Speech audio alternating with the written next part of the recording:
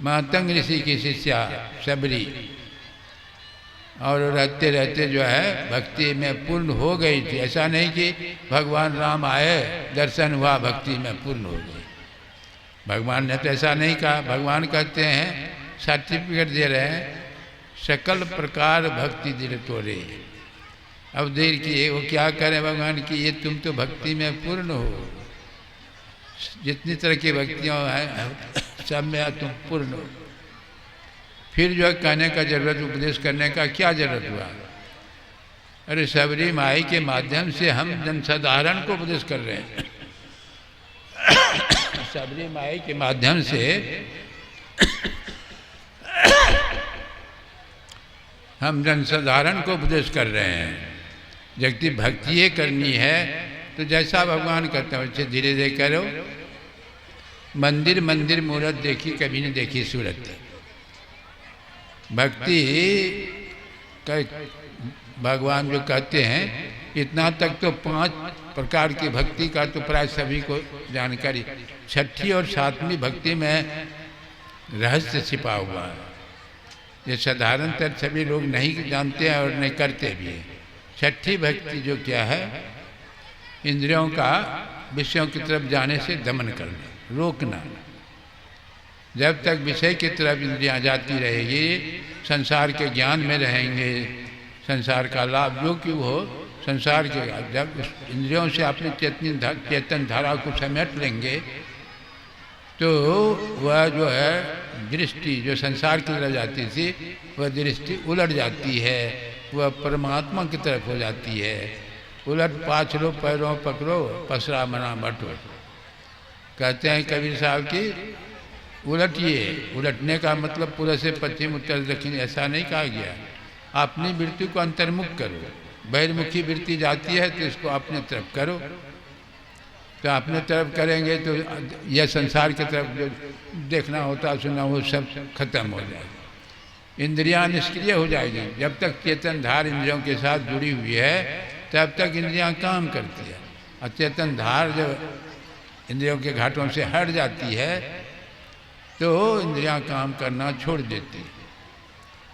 आप देखिए, जैसे दोनों हाथ से किसी चीज़ को आप खूब जोर से पकड़िए तो शरीर का सारा बल उस पकड़ में आ जाता है, शरीर जो है निष्क्रिय हो जाता है शरीर का।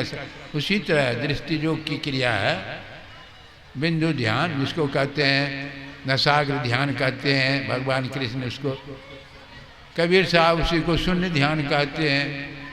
ये कैसे होगा, ये बहुत अच्छी है, बिना बताए नहीं समझ सकेंगे, लेकिन फिर भी समझने का कोशिश कीजिए कि वह धारा को कैसे समेटा जाएगा।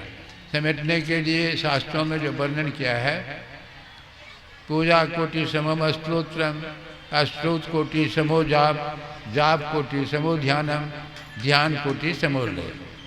ये एक सिलसिलेवार जो है, पूजा करते हैं जाकर के मंदिरों में, इससे भी मन का कुछ समझा होता है, कुछ सिमटा मन का होता है पूजा से भी। उसके बाद जो करते हैं स्तुति, स्तुति जहाँ भी बैठिए मनोज ऊपर स्तुति कीजिए, उससे भी लाख गुना सिमटा। उससे फिर जाप करेंगे, उससे भी लाख गुना सिमटा। फिर स्थूल रूप का ध्यान करेंगे तो उससे भी लाख गुना सिमटा। स्थूल रूप, फिर सूक्ष्म रूप का ध्यान करेंगे। सूक्ष्म रूप है बिंदु ध्यान है, बिंदु से स्थूल बनता है। स्थूल जगत जो है बिंदु से, बिंदु कैसे बनता है? शब्द से। परमात्मा में मौज हुई, कंप हुआ, शब्द हुआ, और शब्द धरा सारी सृष्टि में, हम आपके शरीर के अंदर भी वह जो है, जैसे आप लोग पढ़े लिखे लोग अच्छी तरह समझ सकते हैं, जैसे कोई चित्र बनाते हैं, चित्र तो कागज़ पर कलम जैसे ही रखते हैं चिन्ह होता है, फिर लकीर खींचते हैं तो लकीर खींचते हैं, लकीर खींचते खींचते चित्र बन के तैयार हो जाता है। चिन्ह नहीं हो तो लकीर बने, लकीर नहीं बने तो चित्र बने नहीं। चिन्ह कैसे बनता है? शब्द से। जैसे कलम रखते हैं कंपन होता है, वाइब्रेशन होता है, और फिर जो लकीर खींचते हैं शब्द का प्रवेश हो रहा है, होते होते चित्र बन के सारे चित्रों में शब्द का प्रवेश। इसे नानक देव ने कहा कि सारे सृष्टि शब्द के पीछे नानक शब्द घटे घटाट। वह शब्द साधना के बाद जब ये बिंदु ध्यान में आप कुशल हो जाएंगे, और छठी भक्ति है, सारी चेतना समेट कर केंद्र में, जहाँ से वो धारा बिखरी है वहाँ तक, वहाँ से हट करके केंद्र में पहुँचेगी। केंद्र ही को कहा गया वह पिंड ब्रह्मांड का मिलन, जहाँ से धारा बिखरती है, स्थूल शरीर में जहाँ से धारा बिखरती है वह केंद्र है। और वह जो है केंद्र पर इसीलिए कहते हैं बिंदु में तहाँ नाद बाजे, बिंदु में तहाँ नाद बाजे। कहते हैं आप बिंदु पर, जैसे मोबाइल में आप देखे होंगे या अथी में सब टीवी सब में देखते हैं ना कि बम्बई दिल्ली के लिए पॉइंट निर्धारित, उस पॉइंट पर आप तार रखेंगे तो बम्बई की दिल्ली की आवाज़ को आप सुनेंगे, अगल बगल रहेगा तो दूसरा स्टेशन पर। उसी तरह शून्य ध्यान जो है वहाँ वृत्ति कंसंट्रेट होगा, एकाग्र हो जाएगी, तब जो है आपको आवाज़ सुनाई पड़ेगी। इसलिए तो कहा बिंदु में तहाँ नाद बोल, तो आवाज़ सुनाई पड़ेगी। अब जो है आप किसकी आवाज़ वो है, वह परमात्मा की आवाज़ है, जो हम आपके शरीर में हमेशा होती रहती है, लेकिन हम लोगों का ख्याल बाहर की तरफ है, इसीलिए जो है उस आवाज़ को नहीं सुन पाते हैं। तो बाहर से अंतर्मुख आवाज़ करने के लिए बिंदु ध्यान वही छठी भक्ति है। ठीक ठीक करेंगे तो आप अंदर की आवाज़ को आप सुनने लगेंगे। जब आप सुनेंगे तो ये तो साधारण नियम है, जिसकी आवाज़ को सुनता है वही होता है, साधारण नियम है। डॉक्टर की आवाज़ सुनेंगे तो उसी तरह परमात्मा की आवाज़ है, उसकी आवाज़ सुनेंगे तो क्या बनेंगे। कहते जानत तुम्हें हो जाए। जैसे दरिया का जल सागर में चला गया तो सागर हो जाता है कि नहीं, उसी तरह जीव जब बर में मिल जाता है, आवाज़ जहाँ जा कर के लय हो जाती है ना, वही वह स्थान है। बीजाचरम परम बिंदु नादम तस्योपरेशम,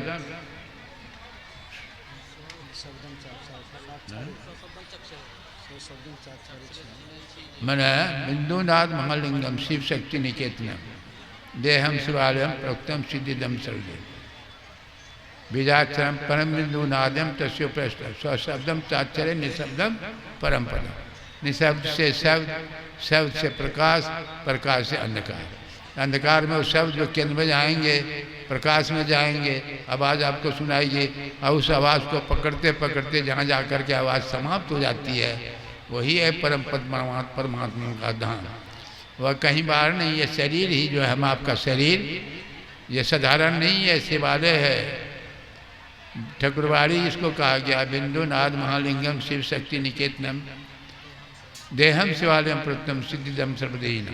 ये कुदरत का बनाया, परमात्मा का बनाया मंदिर है, साधारण नहीं है। बना करके जैसे बाहर में जो मंदिर बनाते हैं वहाँ भगवान का को स्थापित करते हैं, नकली मंदिर में नकली भगवान और असली मंदिर में असली भगवान।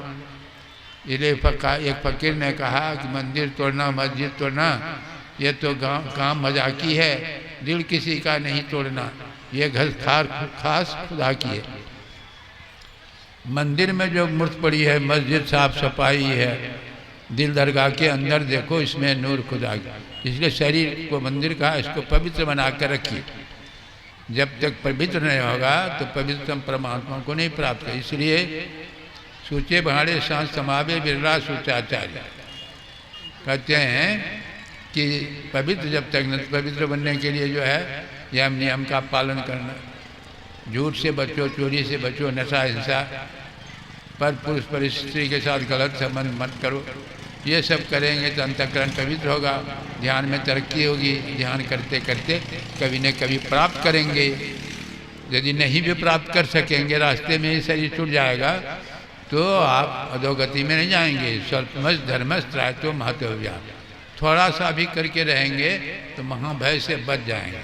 अभी सुन रहे थे महाभय के समय, सोना काई ना लगे लोहा घुन न खाए, भला बड़ा जो गुरु भक्त है वह कभू न लड़के जाए। थोड़ा मैं ये सिखा, ये ज्ञान जग का समापन है। इस जग में विशेष से जो है माननीय मुखिया जी का है और उनके